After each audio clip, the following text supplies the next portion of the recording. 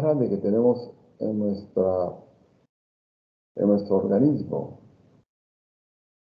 Mide alrededor de 2 metros cuadrados y tiene un peso de entre 4 y 5 kilos. Fundamental es que es un órgano de protección y su grosor solo tiene unos cuantos milímetros, que va desde 0,5 a 4 milímetros de grosor. Todos nos hemos visto estos pequeños pliegues que son los dermatoglifos, que son únicos para cada uno de nosotros y que sirve de identificación, a pesar que existen otros métodos más fidedignos de identificación, ¿no? En la piel tenemos 3 tipos de orificios. Uno que corresponde a la salida del pelo, del folículo piloso, por donde también va a salir el ductus de la glándula sebácea. El segundo orificio es el que corresponde a la glándula sudorípara endocrina.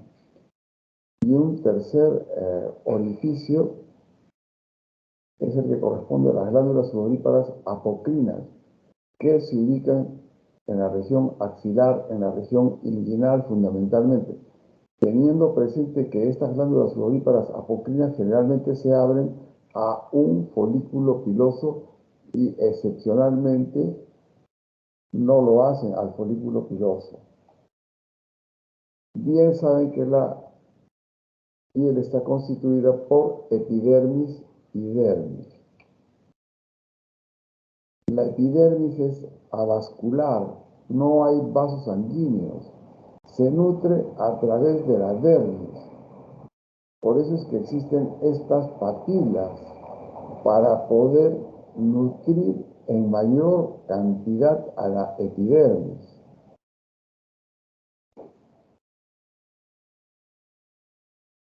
La epidermis viene a ser uno de los 4 principales tejidos del organismo, es decir, al epitelio, de tal manera que la epidermis es un epitelio estratificado, plano y queratinizado. Las mucosas como cavidad oral también tienen esta característica, pero la queratina es muchísimo más delgada. El grosor de la epidermis varía de acuerdo a las zonas. En palmas y plantas, bien han visto que es grueso, llega a tener 1,5 milímetros. En párpados, por ejemplo, epidermis es muy delgada, teniendo un grosor de menos de 0,1 milímetro de grosor.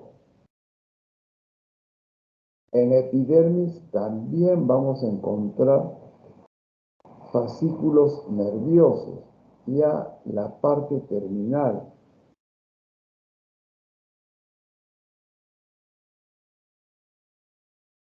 En la epidermis, la célula más notable son los queratinocitos. Constituyen más del 90% del tejido.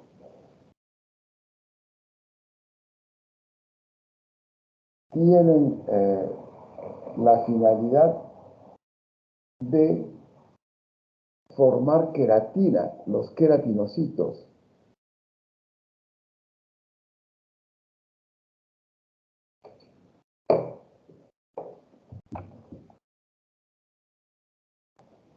Para poder engrosar, para poder servir de protección a la piel y a toda nuestra economía.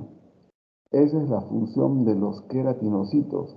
Los queratinocitos en la membrana basal ocurre el siguiente fenómeno. Un queratinocito se queda en la membrana basal y el segundo va subiendo por los diferentes estratos para formar queratina, proteína fibrosa de alta resistencia.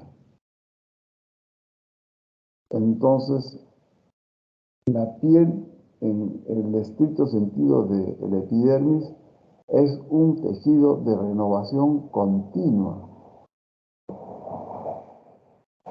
El estrato basal, también llamado germinativo o proliferativo, es una hilera de células de forma cilíndrica y, como se mencionó, pues se dividen.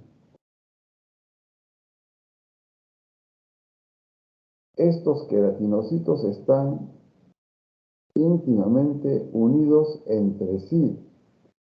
Existen una serie de elementos de unión, como lo vamos a ver hacia adelante, siendo los más importantes y los más conocidos los desmosomas, como el hemidesmosoma cuando se unen a la membrana basal. La membrana basal también es parte de la epidermis. El estrato espinoso está formado por 5 a 10 capas de células poligonales. Ya acá las células comienzan a fabricar sustancias cementantes que se acumulan en gránulos visibles, esto al microscopio electrónico. Son los denominados corpúsculos de Opland, que tienen la forma de una raqueta de tenis, pero que es visto solo al microscopio electrónico, el estrato espinoso o de Malpighi. El estrato granular, llamado así porque en el citoplasma se van a encontrar gránulos y está formada por 2 a 5 capas de células que ya tienen un aspecto más aplanado. En este estrato granuloso, las células comienzan a presentar abundante queratina en su citoplasma y sus componentes celulares, sobre todo mitocondrias y retículo endoplasmático, comienzan a desaparecer. Estrato granuloso. El estrato lúcido solo lo observamos en palmas y plantas. En otras áreas no se va a observar. El estrato córneo, las células ya poseen pocos desmosomas en las partes inferiores del estrato córneo. El estrato córneo puede ser dividido en estrato córneo superior e inferior. Ya las células carecen de núcleo y solo presentan restos de organelas en el citoplasma. Todo el corneocito está cubierto por filamentos de queratina. La membrana celular se encuentra engrosada y cubierta en su cara interna por glucolípidos. El espacio intercelular es rico en lípidos cementantes que mantienen una cierta cohesión. Vemos una imagen de histoquímica, una coloración, el estrato córneo, grueso, ¿no?, compacto, el estrato córneo descamativo. Continuamos con la epidermis y las papilas dérmicas mencionadas. Un diagrama en el cual observamos los diferentes estratos ya mencionados.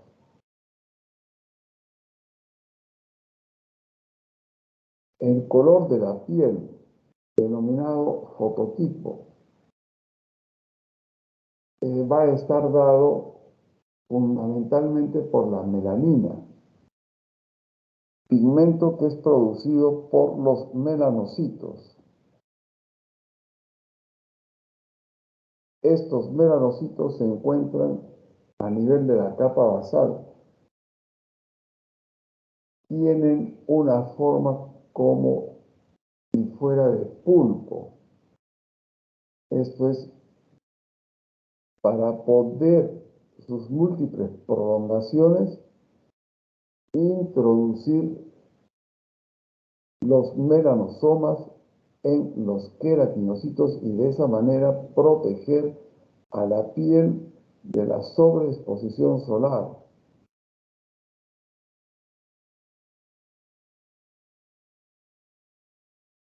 Un diagrama del melanocito y estas son las prolongaciones con los melanosomas que son dispuestos en los diferentes queratinocitos. Esta célula, el melanocito en coloración hematoxilina eosina, no se observa como un espacio blanco. Tendríamos que utilizar inmunohistoquímica, la coloración de Mason, que es una coloración de plata, para poder observar.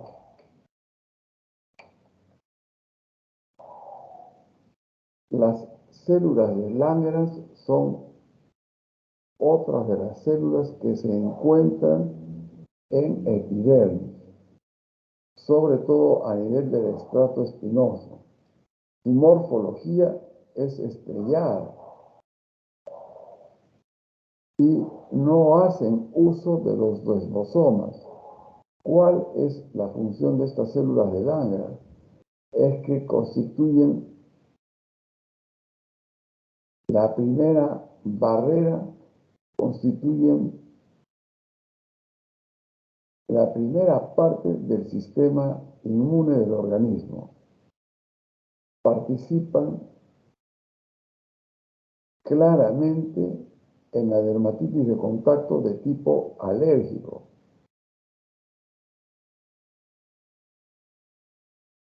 Las células de Merkel aparecen en zonas basales de la epidermis, pero son muy escasas. Estas células de Merkel están relacionadas con el sistema nervioso y constituyen terminaciones nerviosas responsables de la recepción nerviosa, es decir, del tacto. En dermis, nos vamos a referir a dermis. De igual manera, la dermis tiene escasos milímetros de grosor. A cada célula fundamental, la célula más importante, el rey de la dermis es el fibroblasto, porque va a elaborar las fibras de colágeno, las fibras elásticas, las fibras de reticulina y la sustancia fundamental amorfa. La dermis se puede dividir en dos, en dermis papilar. Esta es la dermis papilar y dermis reticular o dermis profunda. La dermis papilar, por supuesto, es la que está en contacto con la epidermis, fundamentalmente a través de las papilas dérmicas. Es un tejido conectivo más laxo, con haces de colágenos finos y ya aparecen multitud de vasos sanguíneos que nutren la epidermis por difusión. La dermis reticular o dermis profunda es de mayor tamaño y se une o se difumina con la hipodermis. Es un tejido conectivo más denso, con redes de colágeno más gruesas y densas, colocadas principalmente de forma paralela a la epidermis.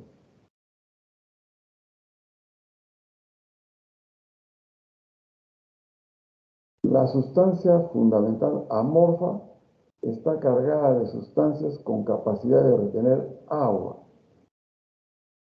son proteínas unidas a mucopolisacáridos ácidos, formando lo que bien conocen como proteoglicanos. El resultado viene a ser un gel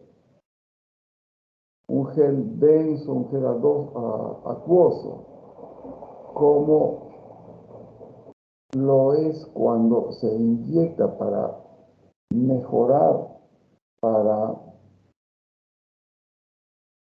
fines estéticos, el ácido hialurónico. Si observamos este ácido hialurónico que se inyecta en algunos pacientes, es como una gelatina, es un gel espeso, pero también con otra característica, acuoso, siendo este ácido hialurónico uno de los principales componentes de estos mucopolisacáridos ácidos. El colágeno es la proteína fibrosa más importante de la dermis.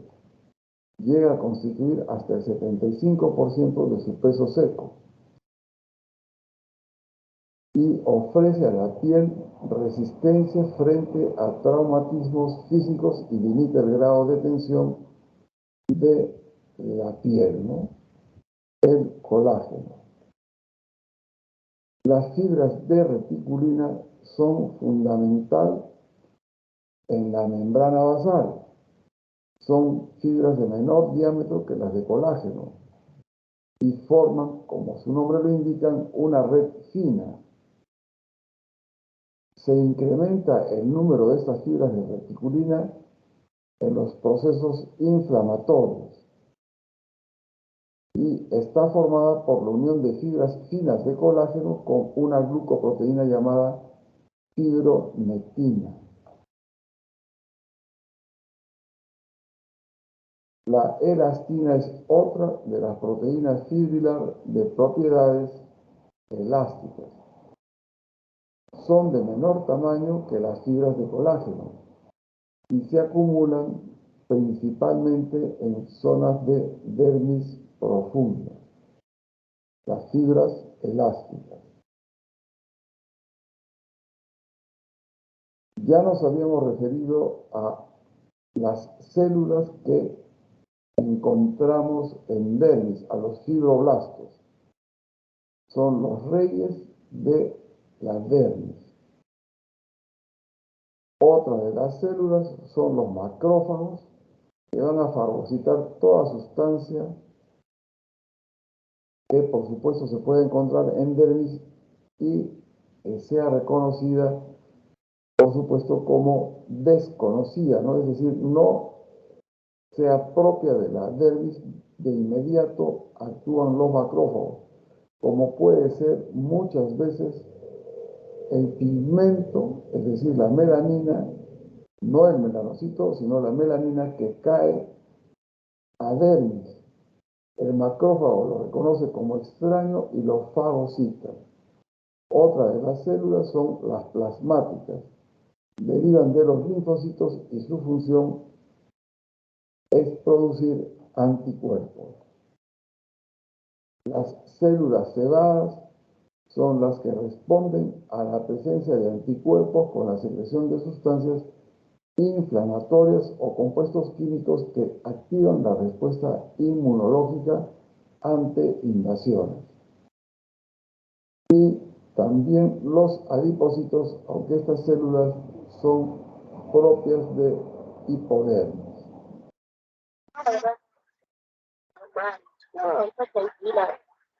La hipodermis vamos a encontrar en este tejido adiposo, en este panículo adiposo. Las fibras son más finas que en la dermis, aunque existen algunas zonas en las que se ancla firmemente por medio de esta a los tejidos subyacentes, por ejemplo, en palmas, ¿no?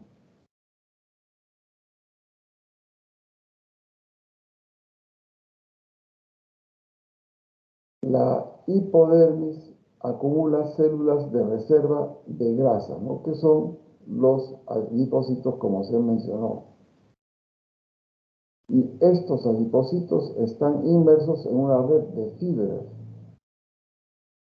La función es que acumulan energía y constituyen una barrera de protección térmica. La hipodermis es un tejido muy vascularizado.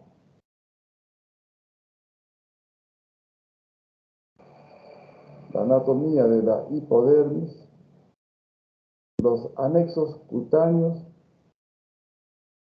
denominados así al pelo, uñas y glándulas sebáceas, glándulas sudoríparas ecrinas y apocrinas.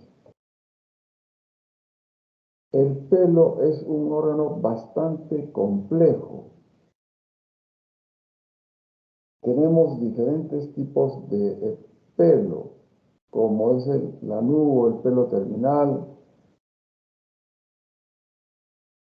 el pelo que responde a andrógenos y que da en un porcentaje que oscila entre el 50% alopecia androgénica. El pelo tiene 3 fases, como vamos a observar. Fundamental es esta porción del pelo, el bulbo piloso, donde se encuentra la matriz capilar.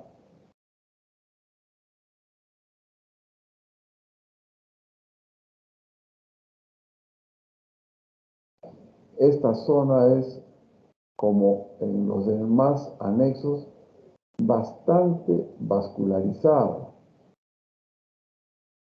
El pelo tiene una fase de anágeno, otra de catágeno y telógeno. Es rica en queratina. La queratina se encuentra apretujada. De igual manera, contiene abundantes melanocitos que en los casos de problemas de vitíligo nos sirven de reserva para pigmentar las zonas comprometidas con vitíligo. Generalmente tienen esta inclinación y visto el pelo, pues tiene su corteza, su cutícula y la médula y unos gránulos o granos de melanina, como se mencionó.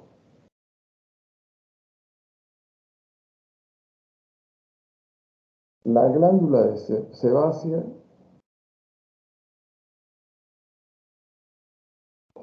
una glándula, por supuesto, exocrina, nuevamente muy vascularizada, siempre está unida al pelo.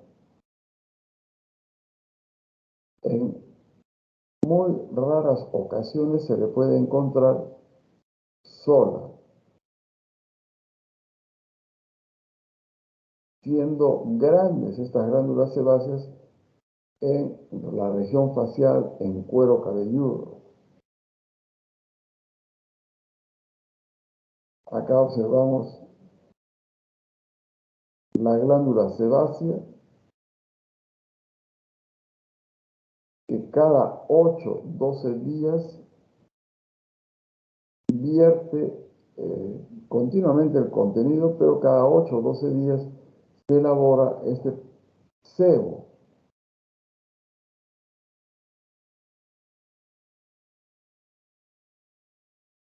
La glándula sudorípara ecrina es la que se abre libremente a la superficie corporal, a la superficie cutánea.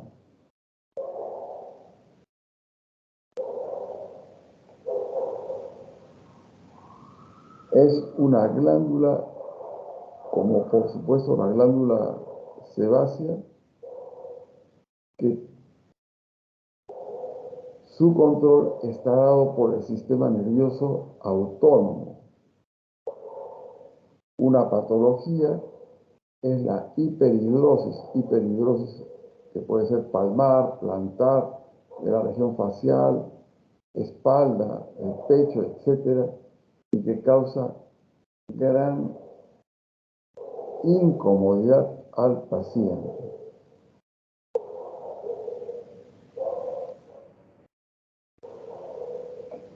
A diferencia de la glándula sebácea, tiene estas células oscuras y las células claras. El pelotón glandular donde se origina el sudor, el conducto para atravesar epidermis se llama acroceibingium y se abre a la superficie cutánea, formando el manto hidrolipídico que es fundamental en el proceso de protección de la piel y de todo nuestro organismo. Las glándulas sudoríparas apocrinas son glándulas aún más grandes que, como se mencionó, se abren al folículo piloso. En muy raras ocasiones se apertura en la superficie cutánea y que se ubica en pliegues en la región inguinal, en la región axilar y también en el área anogenital. Las uñas es otro de los anexos, son unas placas córneas, es decir, con una gran cantidad de proteína de esta queratina y que con mucha frecuencia, por la avidez que tienen los dermatofitos, ocasiona onicomicosis, sobre todo en pies, en las uñas de pies, ¿no? Entre las manos y los pies, la de la mano crece el doble de rápido que en los pies. Esto es por la vascularización. De igual manera, las uñas son de renovación continua, son células que cualquier alteración en el organismo, es decir, desde el estrés hasta enfermedades infecciosas, la uña se va a comprometer. Es característico, por ejemplo, los surcos del bio. Y esto va a indicar que el organismo ha tenido alguna de estas alteraciones que hemos mencionado, sobre todo en las manos, y por la renovación continua en que se encuentran estos anexos, las uñas, ¿no?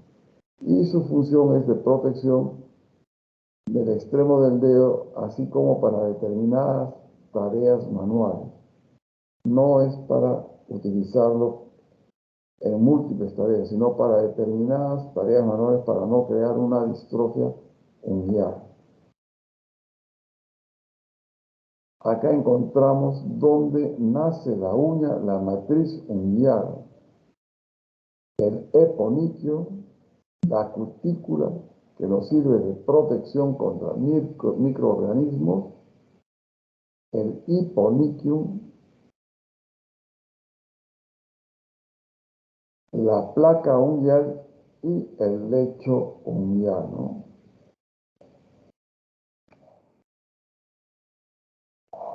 La piel tiene tres plexos que van a irrigar.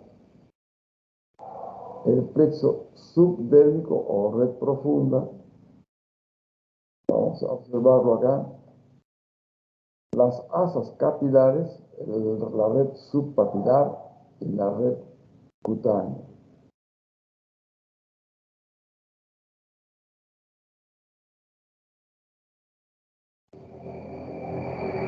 Se mencionó que la piel, más claramente el epidermis, llegaban fascículos nerviosos, los axones, y es así.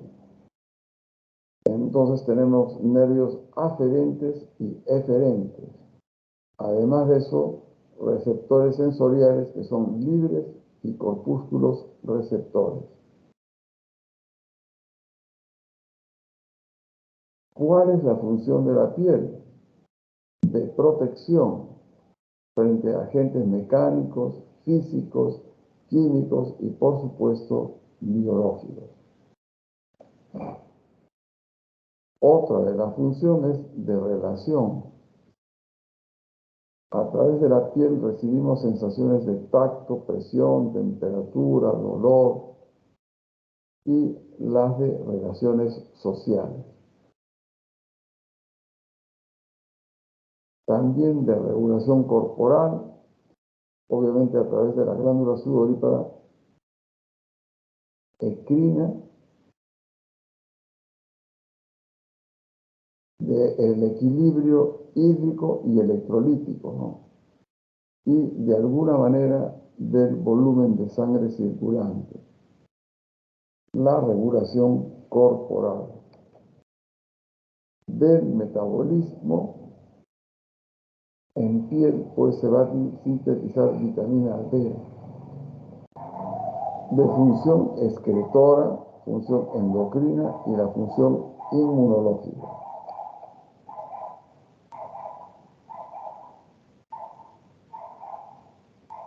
La división celular y su cinética, los queratinocitos son los que van a realizar la mitosis y están en el estrato basal.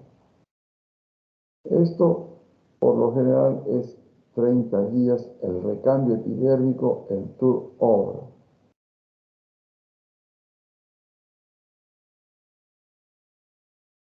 Ya los habíamos mencionado en cuanto a la queratogénesis, que los queratinocitos sufren cambios morfológicos conforme van ascendiendo, siendo el más significativo el aplanamiento progresivo que sufren estos queratinocitos, ¿no?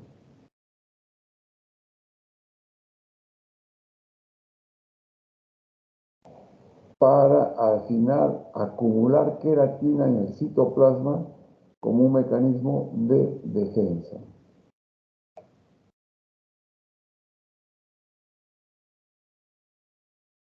La diferenciación celular y queratogénesis, sí existen dos tipos de queratina, la queratina blanda, la queratina dura, para la síntesis también de vitamina D.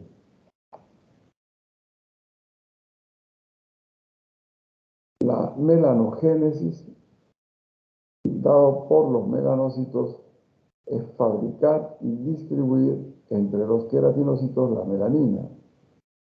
La melanina, pues, es un pigmento que absorbe la luz ultravioleta, evitando que se produzcan daños serios en las capas inferiores de la piel, ¿no? Inclusive en fototipos 5, es decir, en piel más oscura, estos individuos generalmente no presentan tantas ritides, tantas arrugas y aparentan menor edad por la mayor protección dada por la melanina. La melanogénesis, ¿no?, resulta de reacciones en cadena de la tirosinasa y vamos a ver qué forma el melanosoma 1, el melanosoma 2, el 3, para llegar al melanosoma 4, que van a las prolongaciones del melanocito para ser entregado a los queratinocitos. Un melanocito entrega melanosomas a más de 36 queratinocitos. formando una unión melanocito-queratinocito. Las melaninas, existen diferentes tipos de melanina, pero la que tiene, por supuesto, mayor presencia y por lo tanto importancia es la eumelanina, la que tiene y va a dar un color castaño oscuro, ¿no?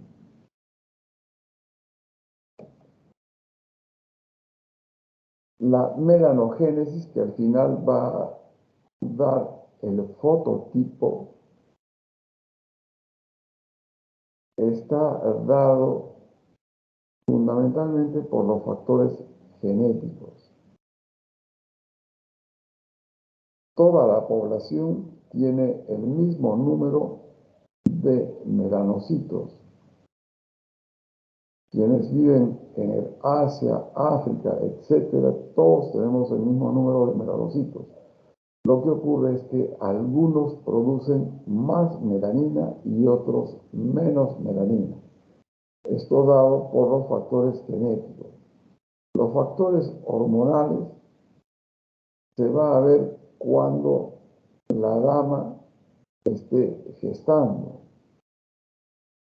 Y esto por la hormona estimulante del melanocito, la MSH, que va a pigmentar el complejo areola-pezón, la línea alba, la línea que va de pubis a ombligo, genitales externos. Los factores térmicos es la exposición al sol, ¿no?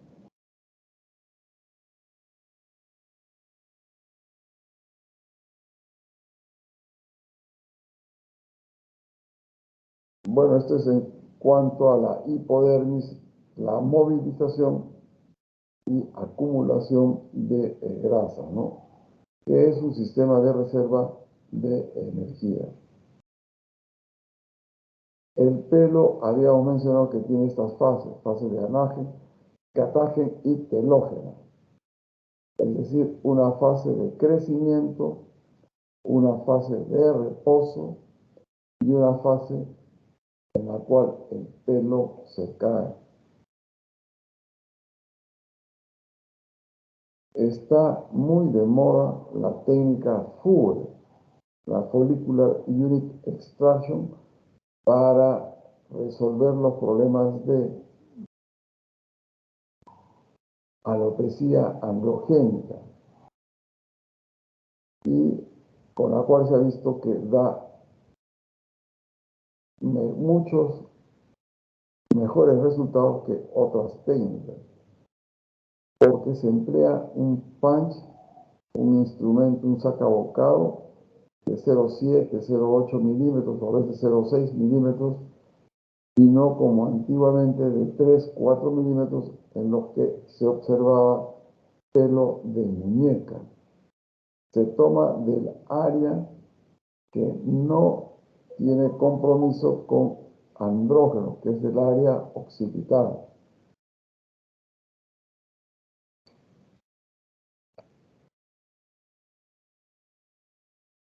El área occipital crece más rápido el pelo que en otras áreas.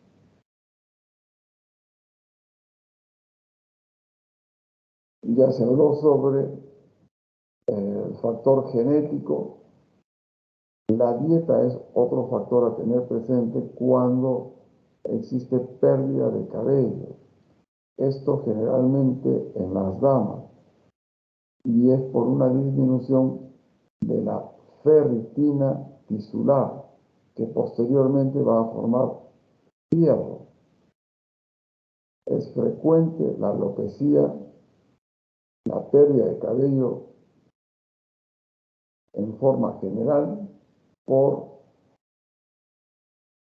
la disminución del fierro, sobre todo por supuesto en las damas, porque el pelo es de recambio permanente, de recambio continuo, y se ve alterado ante la ausencia de este elemento fundamental que es el hierro, ¿no? Tenemos pelos no terminales y terminales. Es el caso del pelo corporal, que tiene un diámetro y más aún un tamaño que no permite crecer más allá de lo que genéticamente está dispuesto, como pestañas, cejas, ¿no? A diferencia del cabello, que puede llegar a crecer hasta 2 metros.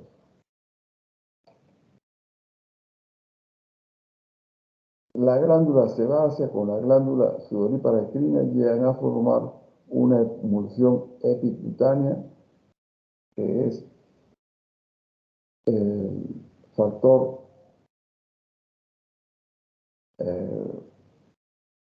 hidrolipídico, que es un factor de protección en la superficie cutánea, ¿no?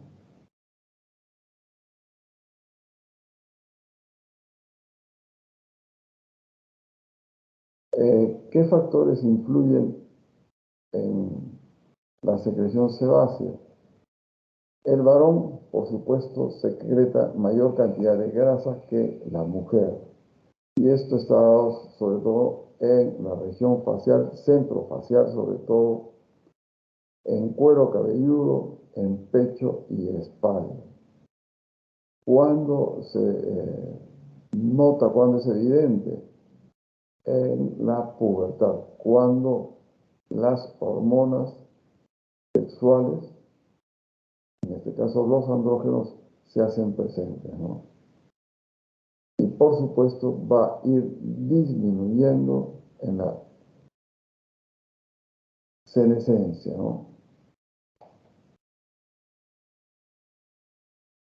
La glándula sudorípara ecrina va a elaborar el sudor ecrino, que tiene un pH de 4 a 6, que está formado por sales minerales, agua fundamentalmente, sustancias orgánicas y aminoácidos, ¿no?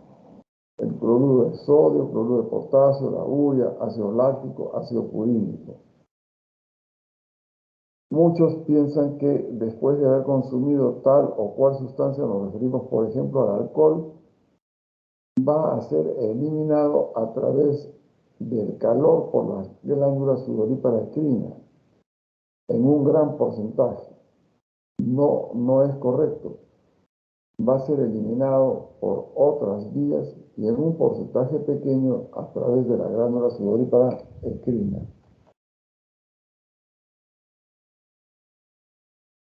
Estas glándulas tienen función excretora, ¿no? Pero sobre todo termorreguladora. Al existir alza térmica o someternos al calor a través del ejercicio, por ejemplo, entran a actuar la glándula sudorípara ecrina.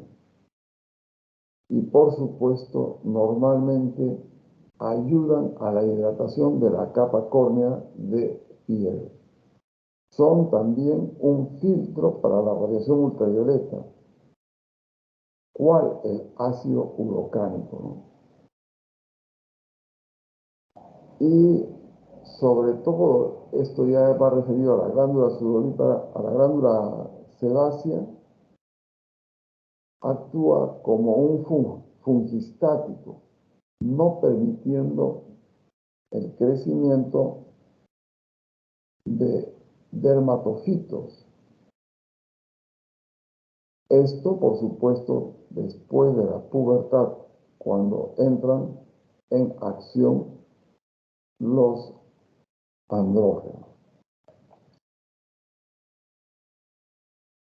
La glándula sudorípara apocrina ha sido relacionada con la secreción de feromonas, pero esto no tiene mayor importancia. La importancia cobra en nuestros hermanos menores, los animales, ¿no? El manto hidrolipídico que se había mencionado está dado por la glándula sudorípara endocrina y la glándula sebácea.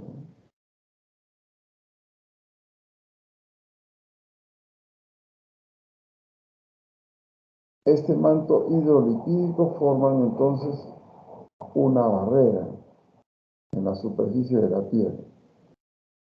Impide la evaporación excesiva de agua, lubrica la piel y regula la absorción percutánea de algunas sustancias, sobre todo de las sustancias hidrosolubles.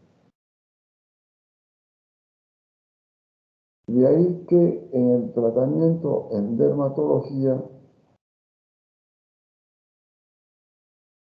que es la especialidad que más productos tópicos se va a emplear, es cuáles son las vías de penetración.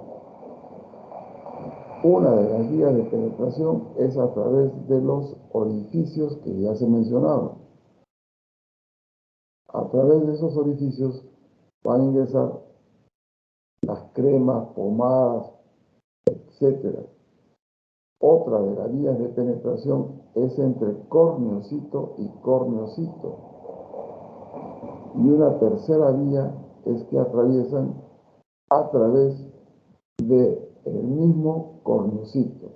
Habíamos mencionado que entre corneocito y corneocito son ricas en lípidos cementantes. Y este es el ingreso de estos productos tópicos. También existe, eso sería terapia abierta, y la terapia cerrada sería con un film, con en pocas palabras, una bolsa de plástico que llega a potenciar hasta 100 veces o más la cantidad de penetración con este film, y que es cerrado en todos sus bordes.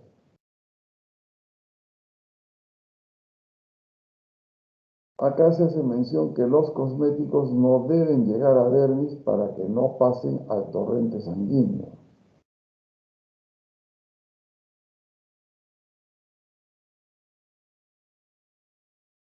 Los factores que afectan la permeabilidad no asociados al producto, asociados al excipiente y los factores que hemos explicado.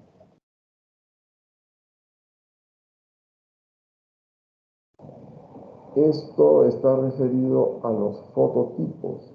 La mayoría de los ciudadanos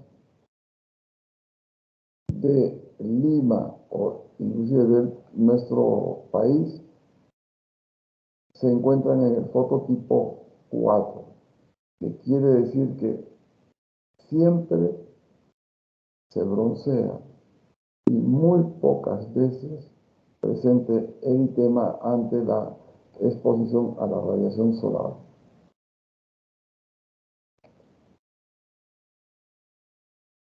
Y a su vez podemos tener diferentes pieles, sobre todo de la región facial.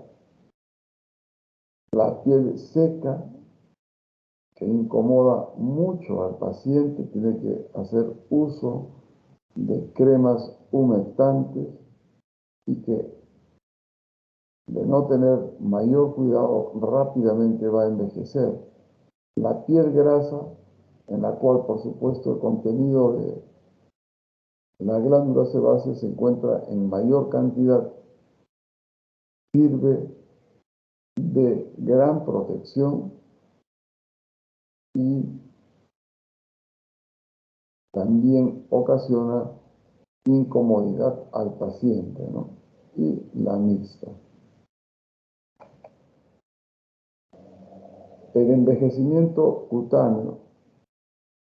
Tenemos dos formas de envejecimiento: el fotoenvejecimiento, es decir, el que está relacionado a la sobreexposición solar, y el envejecimiento cronológico, en el cual hubo cuidado de exponerse a la sobreproducción de radiación ultravioleta. Son las dos formas de envejecimiento cutáneo que tenemos. Estas son las arrugas o retides. En la senescencia, pues va a haber cambios anatómicos y fisiológicos en la piel. En la epidermis tiende a adelgazarse, disminuye el número de células de cada uno de los estratos, el número de melanocitos disminuye, se calcula que en la sexta década de la vida ya se ha perdido el 15% de los melanocitos, presentándose un aclaramiento del color de la piel, lo cual muchas veces no es percibido y obviamente son más sensibles a la radiación solar. En dermis se reduce su grosor, sobre todo de dermis papilar. El número de fibroblastos disminuye. Asimismo, las haces de colágeno, las fibras elásticas, se adelgazan. El tejido adiposo disminuye y existe un descolgamiento de piel, esto dado por la gravedad. De igual manera, músculos del sistema inmune, los anexos cutáneos, van a verse alterados, ¿no? El músculo, pues, va a existir un descolgamiento, haciéndose más evidentes los pliegues y relieves. En el sistema inmune, el número de células de Langerhans disminuye. Aumenta el número de mastocitos. El cabello, pues, se va a encarecer, tiende a haber una mayor pérdida del cabello, esto sobre todo en los varones. El vello corporal se reduce y las uñas presentan característicamente unas líneas longitudinales que hacen la característica de la edad.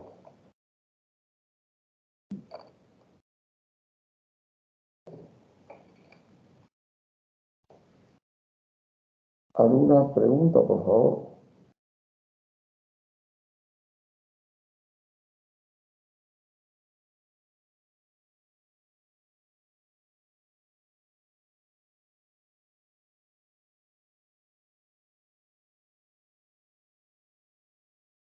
Al parecer no hay preguntas, doctor.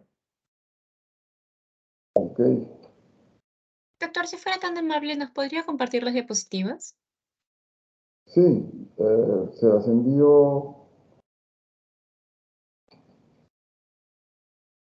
Puede a, colgarlas al grupo o si no enviarlas a la delegada. sí, a la delegada. Ah, muchas gracias, doctor.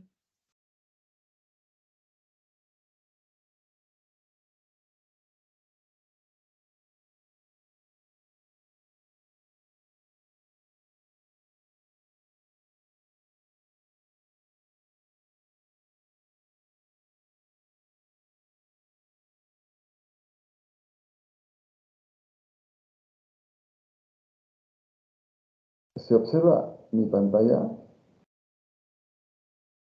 Sí, doctor. Vamos a ver el otro tema, que son lesiones elementales en dermatología, como menciona el título, no existen lesiones en otra especialidad. Dermatología es una especialidad de orientación visual, como lo es radiología o diagnóstico por imágenes o anatomía patológica. Esto es importante que ustedes lo tengan con toda la claridad necesaria. Estas lesiones elementales pueden ser primarias o secundarias. En neumología, por ejemplo, se va a manifestar por tos, por dolor y por una tercera manifestación, que es disnea.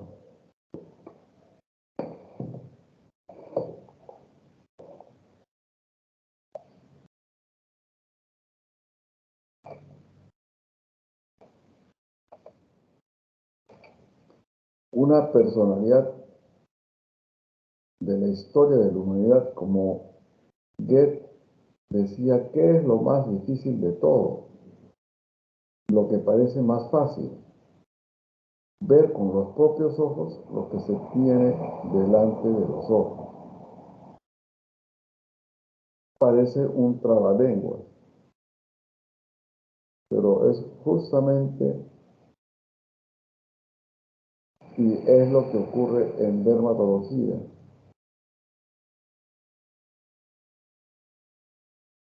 Que lo que vemos al parecer es muy fácil, pero la falta de continuidad es la que nos lleva a complicarnos y olvidarnos de las lesiones. El maquillaje, ¿no?, que está de moda, por supuesto. ¿Y cuál es el objetivo? Es verse más atractivo, ¿no? Y que se ha avanzado mucho en cuanto a maquillaje. Se utilizan prebases, correctores, bases, polvos, delineador de ojos, el lápiz labial, ¿no?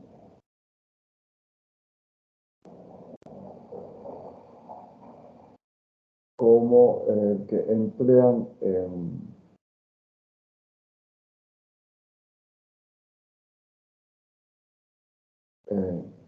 pestañas también, sino que acá va referido todo esto a que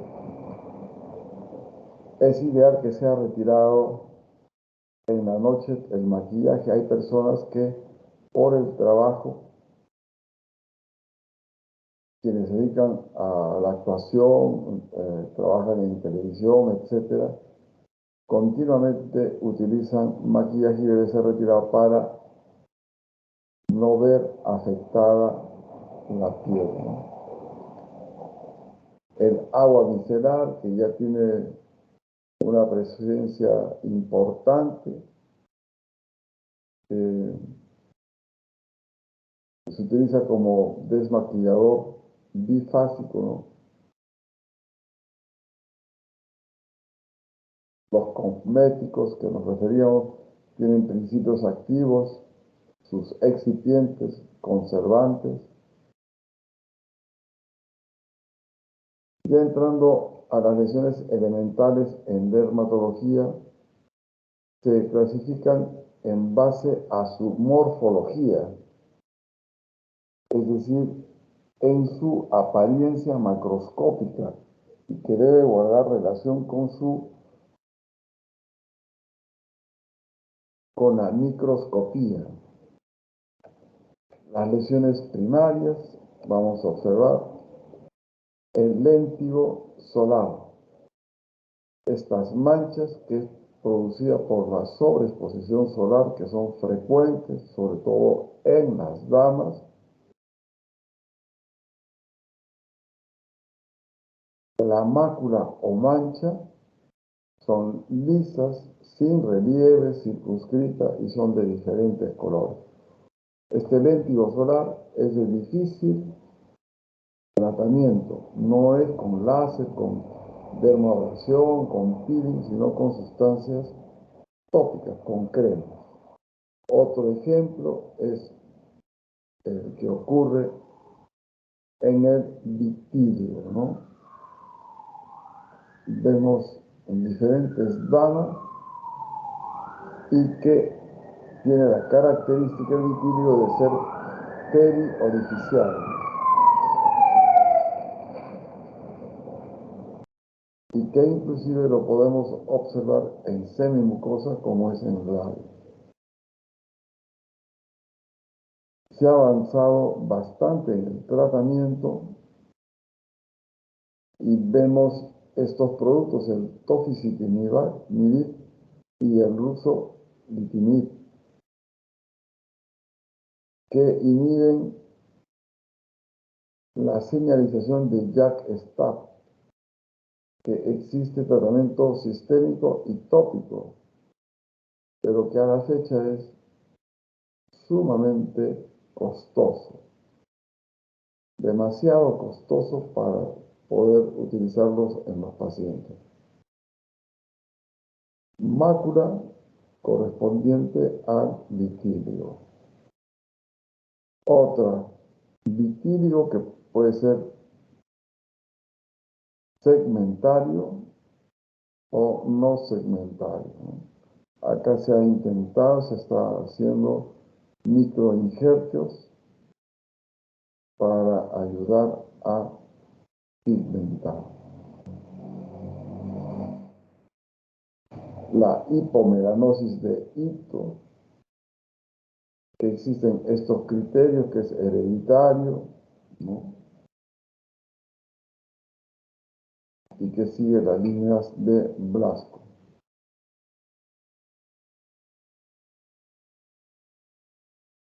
La ocronosis exógena, porque existe también la ocronosis endógena. Esta pigmentación amarilla es un ejemplo de mácula. Ocronosis, estas máculas hiperpigmentadas, reticuladas, café grisáceo, que se intercala con áreas claras, con otras más oscuras, y que asemeja el aspecto del caviar. Y la histopatología, con depósito de material acelular dorado y forma alargada en dermis superficial en forma de plátanos.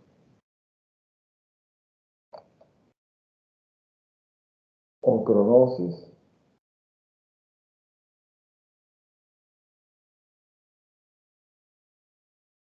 pitidiasis versicolor, diferentes máculas hipocrómicas, en este caso con un borde hipercrómico, máculas en la mancha mongólica azul, que es un nevus melanocítico adquirido y que después de 7-8 años desaparece. Recibe ese nombre mongólico porque se veía en estos ciudadanos de este país que hace frontera con Rusia, ¿no? Mancha mongólica azul que desaparece.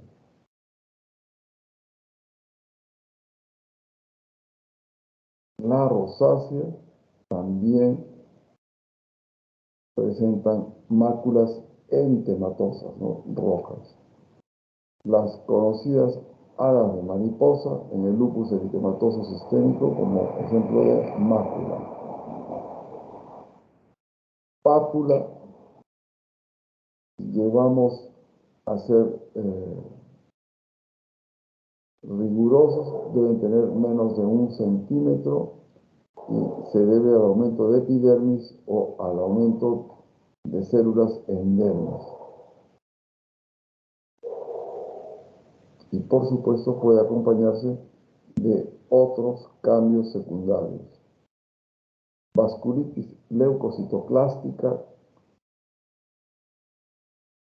una de las tantas enfermedades autoinmunes que al verlo podemos pensar en primer momento que se trata de máculas, pero al palparlo vamos a observar que existe relieve y corresponde a pápulas.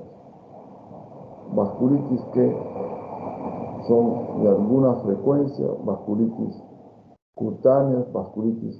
cutáneas más asociación a vasculitis sistémica. Existen diferentes tipos de vasculitis, ¿no? De pequeños, medianos, grandes vasos asociadas a vasculitis de otros órganos o solo vasculitis en piel. Pápulas, un ejemplo son las verrugas causadas por el virus del papiloma humano. Verrugas plantares, observamos múltiples verrugas que confluyen, que no es una sola verruga porque generalmente no tienen más de 1 centímetro cuadrado.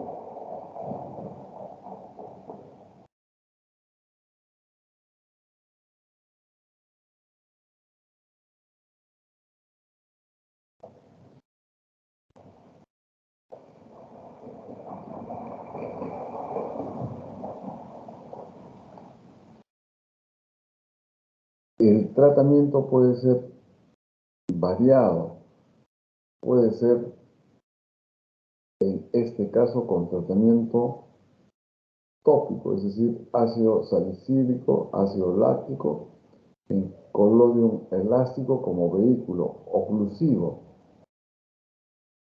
¿Por qué? Porque si usamos electrobisturí va a quedar una lesión bastante grande y que le va a impedir deambular, ¿no? Otro tipo de verrugas, las verrugas planas, que generalmente se localizan en cara y donde la criocirugía va muy bien. Otro ejemplo de pápula, las verrugas periunguiales, que algunas veces pueden ubicarse debajo de la lámina unguial. La enfermedad de Heck en mucosas, cavidad oral, como ejemplo de pápulas, verrugas en esta área ocasionadas por más de 200 tipos del virus del papiloma humano. Pápulas ya en el área genital que corresponden al condiloma acuminado. En las ramas también se observa, por supuesto, en genitales externos y ya en labios. Otras lesiones en genitales femeninos, como ejemplo de pápulas. Otro ejemplo es la papilomatosis laringea. Esto haciendo una excepción porque ya no corresponde a piel. Las damas que al momento del parto presentan condiloma acuminado y el parto va a ser por vía vaginal, el bebé puede contaminarse con este virus, el papiloma humano, y presentar este cuadro de papilomatosis laringea, que generalmente se ubican pues a nivel de cuerdas vocales y que se va a expresar más o menos a los 2 años, cuando el pequeño empiece a hablar. Lo que va a ocurrir es una disfonía.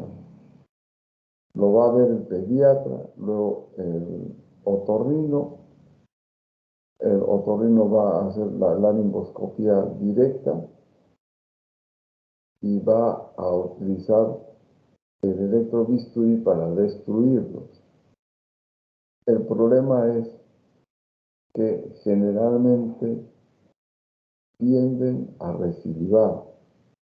Y lo peor aún es que a la edad de 8 años un porcentaje considerable desarrollan carcinoma. Esto es la importancia de esta papilomatosis laringea, ¿no? Otro ejemplo de pápula es la dermatosis papulosa negra, que es una variante de la queratosis seborreica.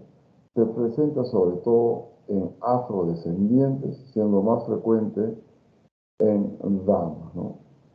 Para muchos es una variante de la queratosis seborreica. Dermatosis papulosa nigra o negra. Otro ejemplo son los nevus melanocíticos adquiridos, ¿no? Acá en este paciente se observan múltiples nevus melanocíticos adquiridos. Para todas estas lesiones existe dermatoscopía, que no es otra cosa que una microscopía de superficie amplificada. Que esto tiene muchos años en el mercado, desde el año 80 en el hospital de policía, ya teníamos dermatoscopio. Sí, en la actualidad, cada vez por la tecnología son mejores y que permite tomar en la actualidad fotografías, ¿no? Vemos en el melanoma maligno las imágenes de la dermatopatología, ¿no? La dermatoscopía, dermatoscopía,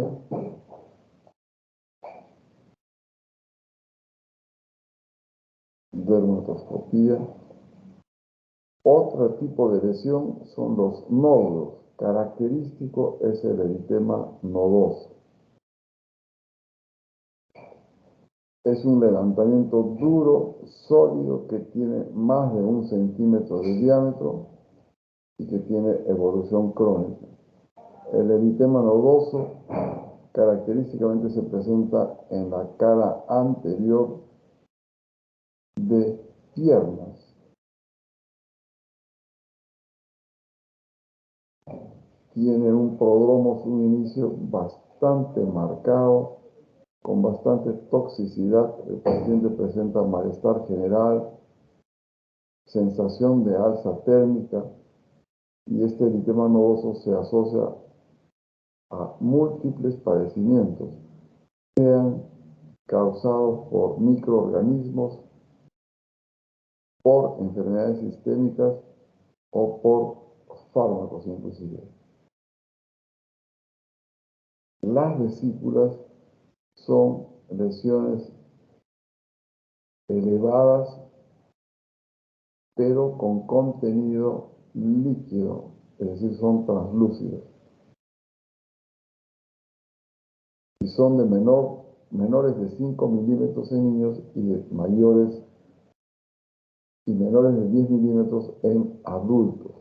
Acá vemos estas vesículas que corresponden por su agrupamiento herpetiforme al herpes simple. Vesícula en el borde del labio, ¿no? En genitales masculinos, vesículas. En genitales femeninos, pero ya estas vesículas han sido decapitadas. Rápidamente son decapitadas estas vesículas, por cuanto son superficiales y sobre todo son pequeñas, ¿no? En el herpes zóster también podemos ver, por supuesto, las vesículas, ¿no? Vemos en las imágenes herpes zóster diseminado, que se presenta en los pacientes comprometidos en su sistema inmune, como son los pacientes con VIH-Sida, ¿no?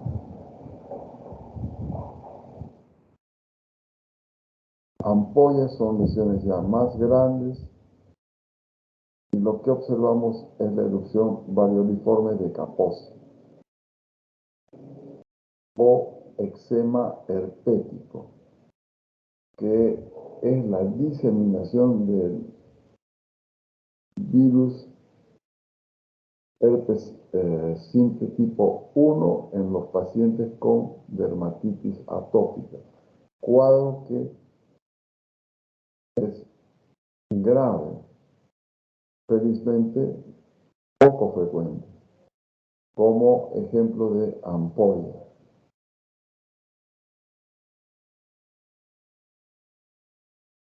Una bula o pues ya es una lesión elevada de contenido líquido mucho más grande, producida en este caso por quemadura, ¿no? Una escaldadura. Pústula en la cual el contenido es circunscrito, tiene menor de 1 centímetro y su contenido es purulento. Un ejemplo, la foliculitis de la barba, ¿no? Para lo que corresponde a pústula.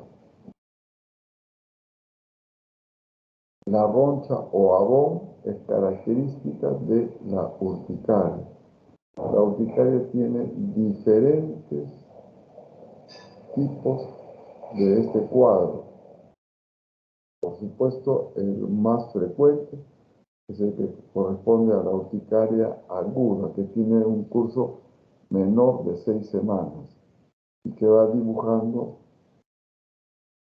estas lesiones geográficas que aparecen en pocas horas, 8, 12 horas, y también desaparecen en pocas horas, 8, 12 horas. Como ejemplo de roncha o abón, la urticaria. El tumor, acá observamos un queratoacantoma con la forma de un volcán. Lesión que al momento es benigna. Hace poco tiempo, hace algún tiempo se le consideraba maligna, pero es completamente benigna.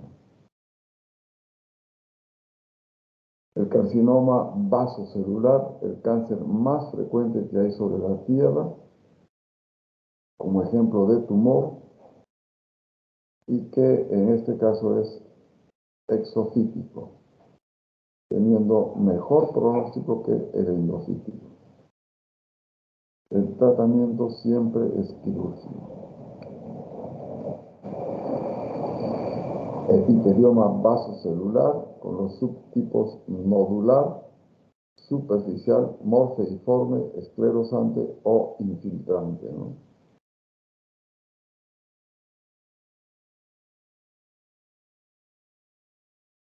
Otro ejemplo de tumor es el carcinoma espinocelular, habiendo áreas de riesgo de recidiva, lo cual hay que tener mucha importancia. El carcinoma epidermoide, otro ejemplo de tumor ubicado en la pirámide nasal. Otro ejemplo de carcinoma espinocelular que se presenta en una queilitis actínica y que es exofítica y que el primer tratamiento va a ser quirúrgico, se va a hacer una incisión en B, el labio inferior es bastante generoso como párpado inferior, quedando el paciente libre del carcinoma espinocelular, que sí hace metástasis, ¿no? Carcinoma epidermoide en pabellón auricular.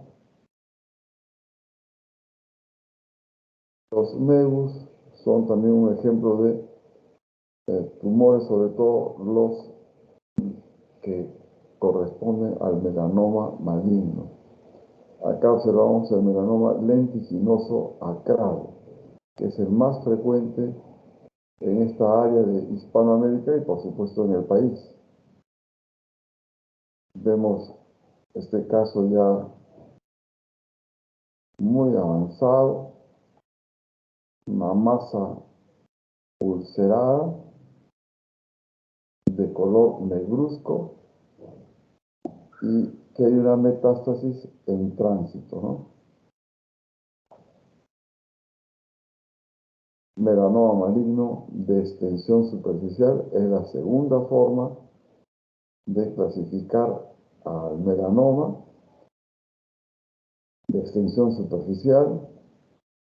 El melanoma léntigo maligno, que es más frecuente en el norte, en el hemisferio norte, pieles blancas, pero no deja de ser frecuente en nuestro medio, es otra forma y que es in situ durante 6 años para luego penetrar a dermis. La otra forma, melanoma maligno de tipo nodular.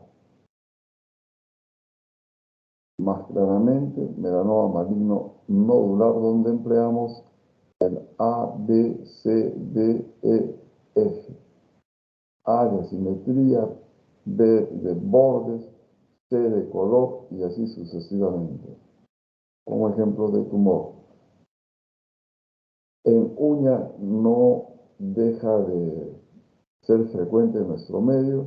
Muchas veces el paciente viene con la uña de color negro, pensando que se trata de hongos y que corresponde a melanoma maligno, para posteriormente hacer la desarticulación como el tratamiento inicial. Acá lo que se observa es el signo de Hutchinson, el tercio medio del pliegue ungular proximal se encuentra invadido por el pigmento proveniente de un melanoma localizado en la matriz de la uña, ¿no? Y el melanoma amelanótico, que puede ser confundido con otras patologías como eh,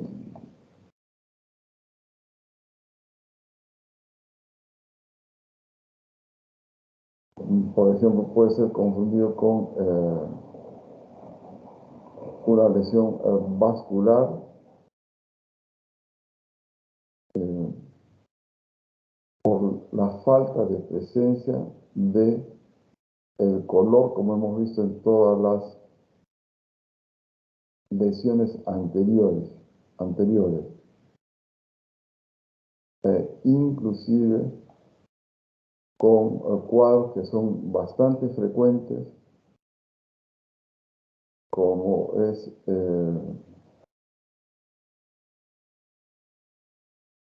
el cuadro que se presenta con cierta frecuencia, angiomatosis basilar.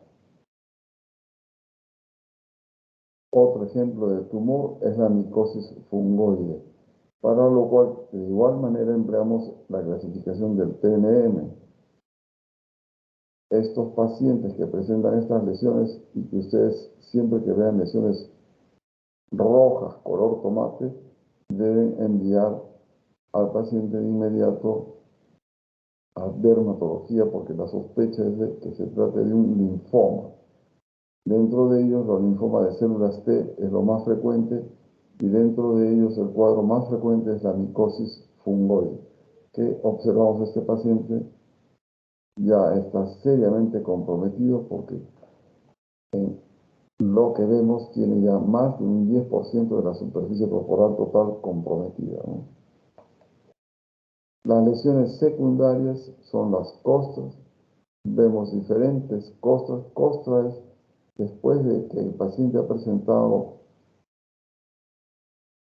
un contenido líquido, este contenido líquido, sea ampolla, vesícula, etcétera, va a sufrir la ruptura y se va a secar, que es lo que observamos en los diferentes pacientes. Una formación sólida, seca, temporal, de diferentes colores, ¿no? De color rojo, pardo, y que está constituida por exudado, pus o sangre que han sufrido la desecación y que cubre una solución de continuidad y que sirve de barrera protectora a la dermis. La escama, acumulación de láminas de queratina en el estrato córneo.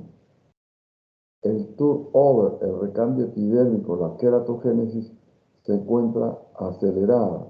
Un ejemplo de ello es la psoriasis vulgar. Escamas también vamos a observar en la dermatitis atópica, ya sea del lactante, que es la clasificación del escolar, o del adulto, que es mucho menos frecuente la dermatitis atópica.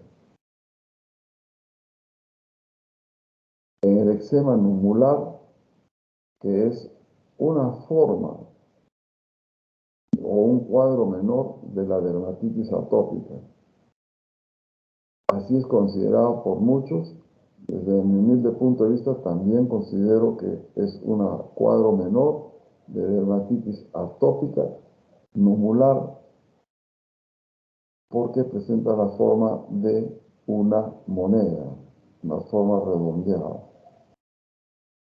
Y acá vemos la dermatitis atópica. Este eczema numular se presenta sobre todo en individuos en la cuarta década de la vida y en extremidades, y que característicamente presentan prurito.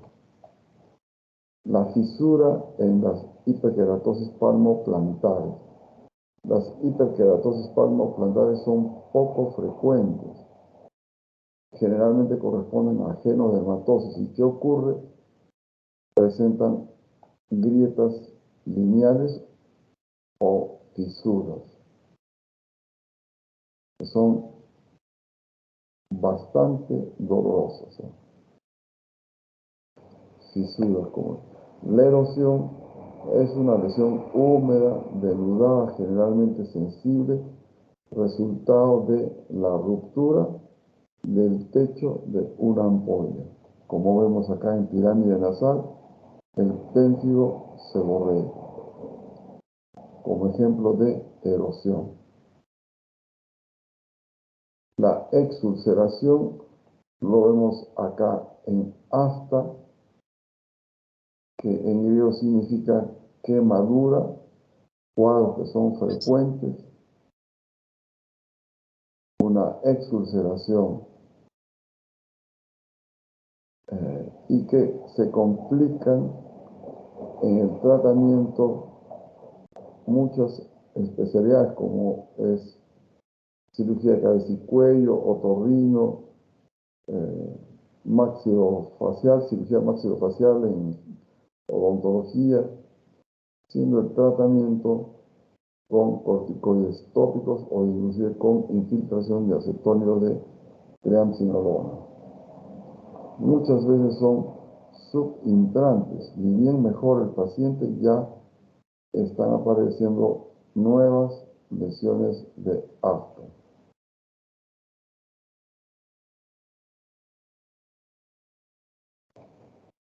La úlcera, hay una pérdida completa de epidermis, dermis y que llega hasta tejido celular subcutáneo. Es frecuente aún en nuestro medio por la migración en los pequeños que presentan enuresis, sentarlos sobre un ladrillo caliente, ¿no? Y una de esas consecuencias pues es la quemadura que observamos. Se va a hacer una cura quirúrgica y posteriormente a hacer un injerto de piel, ¿no? Escara, que es un tejido necrótico, es un tejido muerto y que puede llegar a comprometer tejido óseo. Tiene que realizarse una cura quirúrgica de tratamiento difícil por cuanto estos pacientes no son movilizados. La falta de movilización ocasiona que no lleguen nutrientes y oxígeno, es decir, que exista una hipoperfusión sanguínea, ¿no? Fístula también, sobre todo en esta fístula sacrococcígea o quiste pilonidal. Fístula es la conexión entre dos cavidades. En esta circunstancia es llamada fístula, pero no existe en esta comunicación de dos cavidades, sino con la cavidad, con el área externa. Y este quiste pilonidal que muchas veces es asociado con acné. La esclerosis, el engrosamiento e induración de la piel con un gran problema para plegar la piel, corresponde a la esclerodermia. La esclerodermia es un cuadro menor de la esclerosis sistémica, es el polo benigno que solo se presenta en piel. En la pequeña observamos el cupé de sal o golpe de sable. ¿Qué ha ocurrido? Hay una proliferación de colágeno, pero en forma desordenada. Tienen una fase activa y otra fase inactiva. La escoriación, que es la pérdida del epidermis y es secundaria al rascado. Esto podemos observarlo en varias patologías, como en la enfermedad renal crónica, en la insuficiencia renal. Se va a producir el prurito urémico, que existen diversas hipótesis por las cuales se presenta este prurito urémico. Aumento de la paratormona, aumento de histamina, lacerosis, y a la fecha no se sabe exactamente cuál es la patogénesis del prurito. Por supuesto que es cuadro grave, el de la insuficiencia renal aguda, y que se acompaña de este prurito urémico, que incomoda sobremanera al paciente. La atrofia es disminución del espesor y consistencia de la piel. Acá observamos una atrofia producida por la infiltración de un corticoide intralesional. Vemos que la piel ha sufrido en epidermis un adelgazamiento y también en dermis, que nos deja ver los vasos sanguíneos.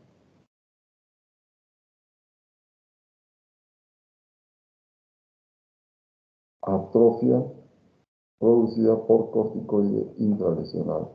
Lichenificación es el aumento del cuadriculado normal que tenemos en la piel. Hay engrosamiento y endurecimiento de la piel por el rascado repetido de una lesión pruriginosa como es la dermatitis atópica. Esta ubicación es característica de la dermatitis atópica, los huecos popliteos. Lichenificación. La placa son el conjunto, pues, de varias pápulas, ¿no? Y como ejemplo tenemos la psoriasis vulgar. La solución de continuidad acá no pertenece a ningún grupo, solo para dar detalles sobre la solución de continuidad, la cual es frecuente y no corresponde a ninguna lesión elemental. Vemos en esta dama una solución de continuidad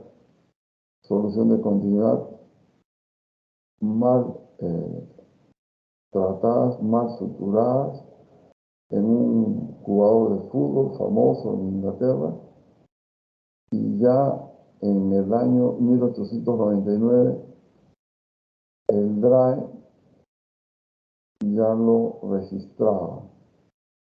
En 1314 el diccionario francés ya lo tenía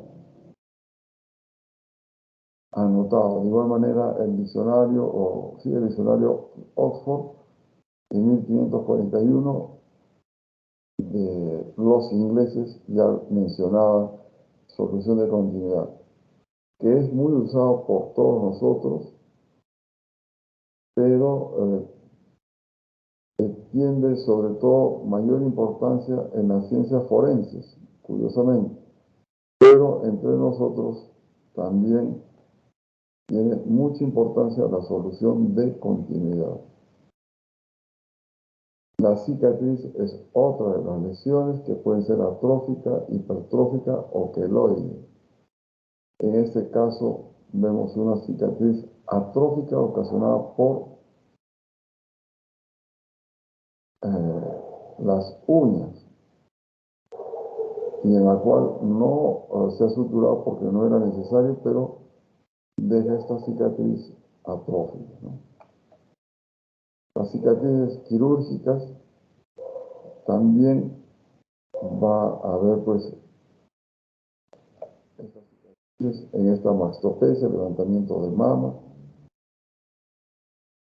la blefaroplastía, que va a ser oculta y va a ser muy poco visible, ¿no?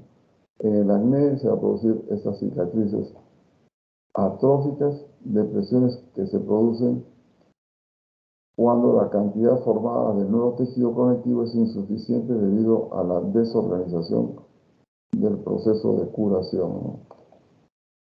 La cicatriz hipertrófica, un exceso de cicatrización con acúmulo de colágeno, pero que no sobrepasa los márgenes. La cicatriz queloide, hay un crecimiento exagerado del tejido cicatricial, ¿no? Y se mencionó, tiene una fase también activa y una fase inactiva. Hay zonas de peligro que de todas maneras se van a llevar a cabo esas cicatrices queloides, que es la zona de escote del pecho, la región deltoidea, la parte superior de la espalda y el lóbulo de las orejas. Puede inclusive generar alteraciones funcionales limitando la movilidad cuando se localiza sobre las superficies articulares. En la zona del escote, una dama que ha sido sometida al retiro de un quiste sebáceo, en un inicio quedó una línea y miren cómo se va desarrollando. Posterior a lesiones de acné, esa cicatriz queloide va a tener un tiempo, su historia natural va a ser de unos 6, 7, si no son 8 años de crecimiento para luego tornarse inactiva.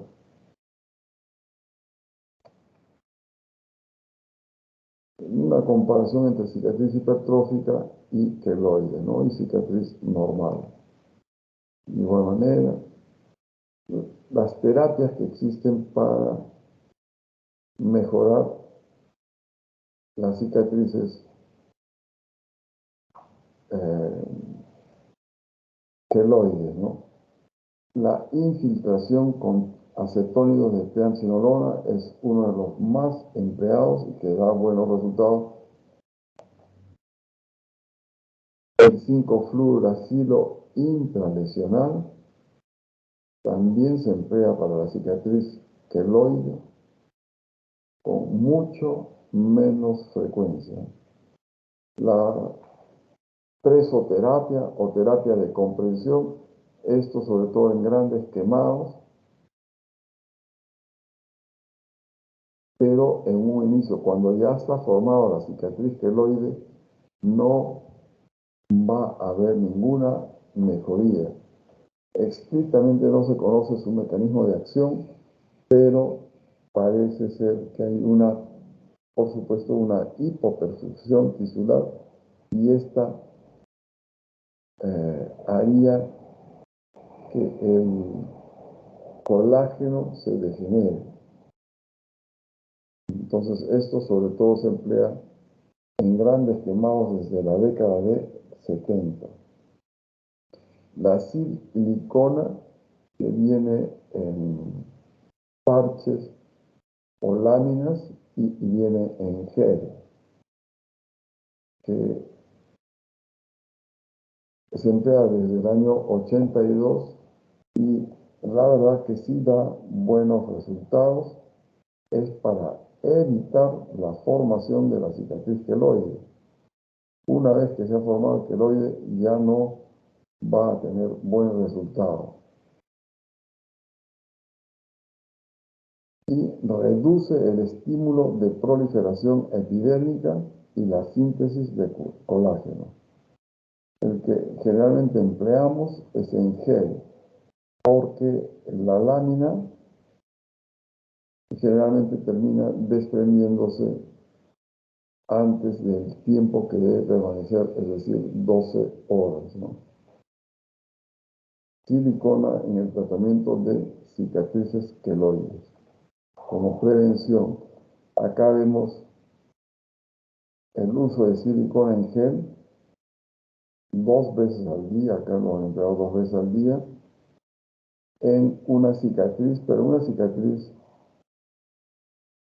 que no guarda el patrón hipertrófico ni de queloide, y vemos su mejoría habiendo sido utilizado en silicona 2 veces al día, ¿no? En el mes 10. Otras cicatrices con silicona en gel.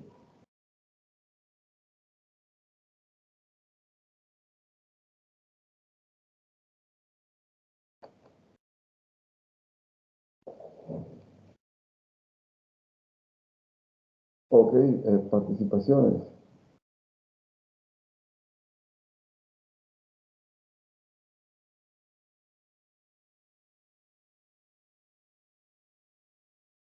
Doctor, una consulta. ¿La presencia de folículos pilosos en un lunar es un indicador de benignidad?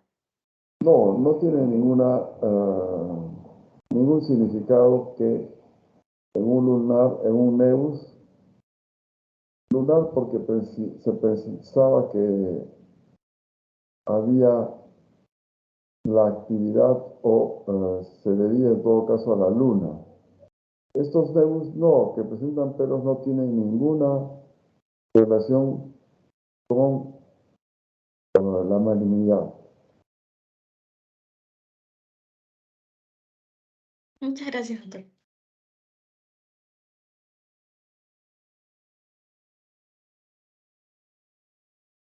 Muy bien, yo les agradezco su presencia. Nos estamos conectando en la próxima sesión de clase. Que tengan ustedes muy buenas noches. Muchas gracias, doctor. Buenas noches. Muchas gracias, doctor. Hasta la Buenas noches. próxima. Hasta la próxima. Buenas noches.